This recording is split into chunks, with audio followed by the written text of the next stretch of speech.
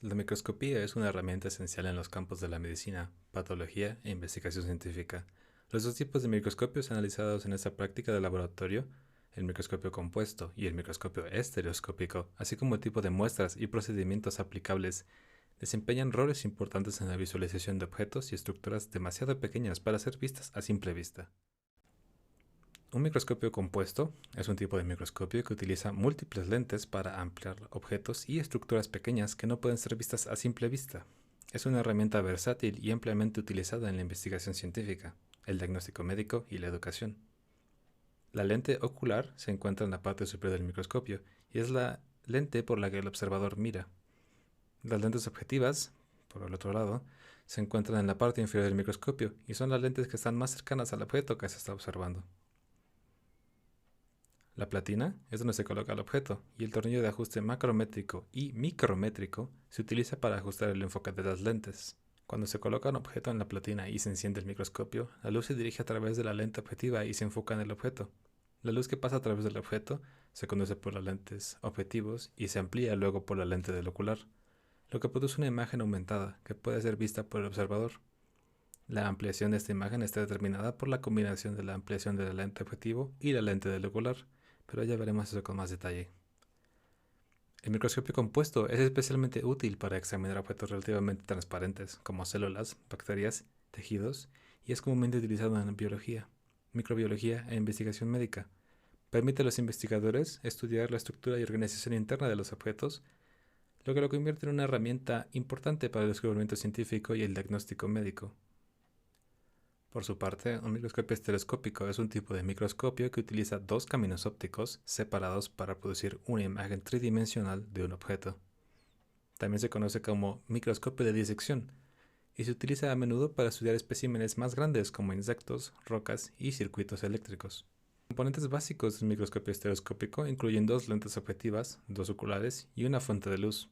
Las dos lentes objetivas están posicionadas en ángulos ligeramente diferentes, lo que permite crear una imagen estereoscópica.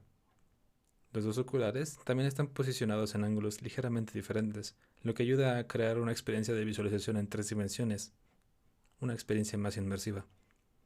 La fuente de luz suele estar ubicada en la base del microscopio y proyecta luz sobre el espécimen que está siendo observado.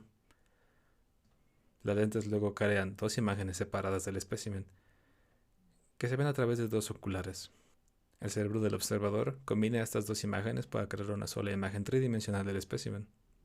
Los microscopios estereoscópicos son particularmente útiles para estudiar una estructura superficial, ya que permiten una vista más detallada e inmersiva que un microscopio compuesto.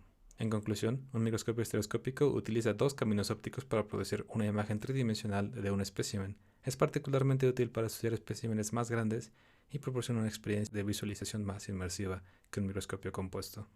Ahora veremos cómo obtener la magnificación total de un microscopio compuesto. Este es un cálculo que ayuda a determinar la magnificación final de la muestra cuando se ve a través de un microscopio. La magnificación total se determina multiplicando la magnificación del objetivo por la magnificación del ocular. El objetivo es la lente más cercana a la muestra y tiene una magnificación específica, que generalmente se indica en la lente de la misma. La magnificación del objetivo varía de 4x a 100x o más, según la lente. El ocular, también conocido como lente ocular, se encuentra en la parte superior del microscopio y es la lente por la que el observador mira. El ocular también tiene una magnificación específica, lo que generalmente es de 10x o 5x. Para calcular la magnificación total, simplemente se multiplica la magnificación del objetivo por la magnificación del ocular. Por ejemplo, si el objetivo tiene una magnificación de 40x y el ocular tiene una magnificación de 10x, entonces la magnificación total es de 400x. 40 por 10 es igual a 400. Es importante tener en cuenta que la magnificación máxima que se puede lograr con un microscopio compuesto es limitada. Ahora vamos a proceder a conocer las partes del microscopio compuesto. En esta imagen vamos a empezar a delimitar sus partes. Este es el tubo del microscopio. Se encuentran varias partes ópticas que hacen que la luz vaya del lente objetivo a los oculares. Este es el brazo, es una parte que sujeta toda la estructura. Y esta es la base o pie. Ahora, vamos a hacer un poco un zoom en esta parte. Estos son unos tornillos que nos van a ayudar a poder mover nuestra platina.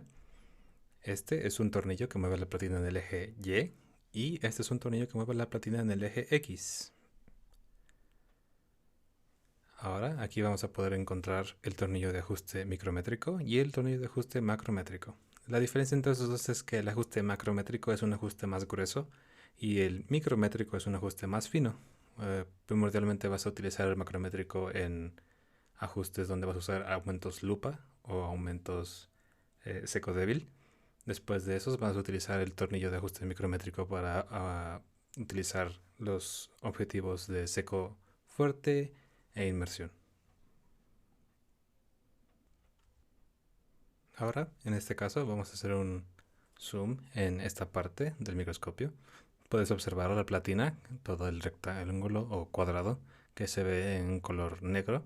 También vas a poder distinguir el carro y las pinzas. Estos ayudan más que nada a sujetar tu muestra que está en un portaobjetos y también podemos ver cómo debajo del portaobjetos puedes ver parte del condensador.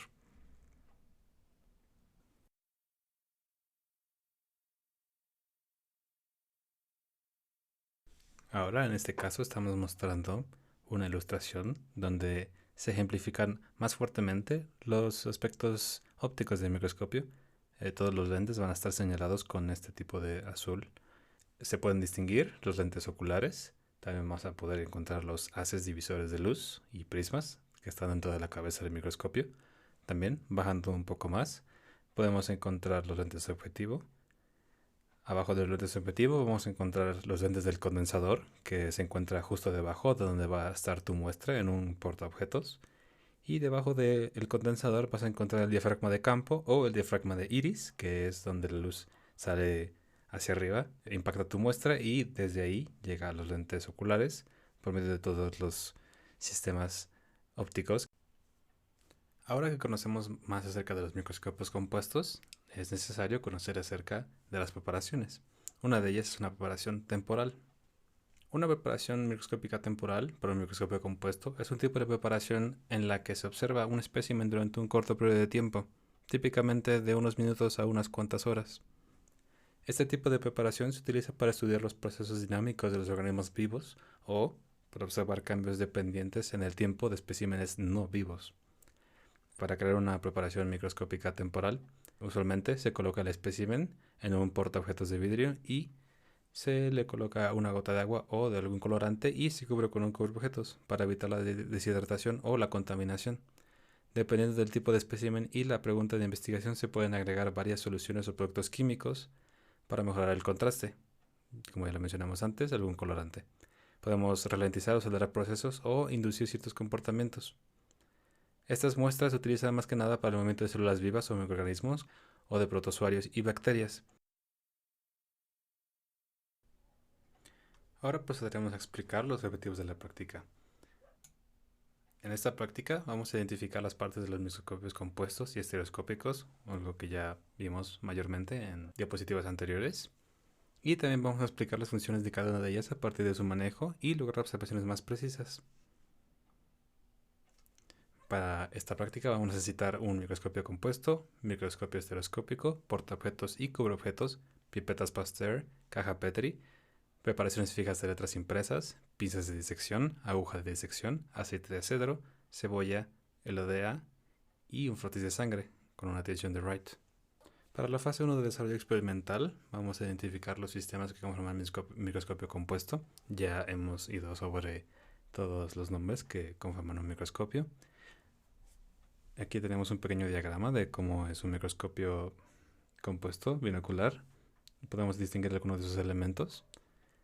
Y acá ya hemos identificado las partes del microscopio compuesto, podemos seguir a la fase 2 del desarrollo experimental, que va a ser más que nada enfoques de algunas preparaciones. Ahora, en el desarrollo experimental, la fase 2, vamos a llevar a cabo 4 observaciones de preparaciones diferentes.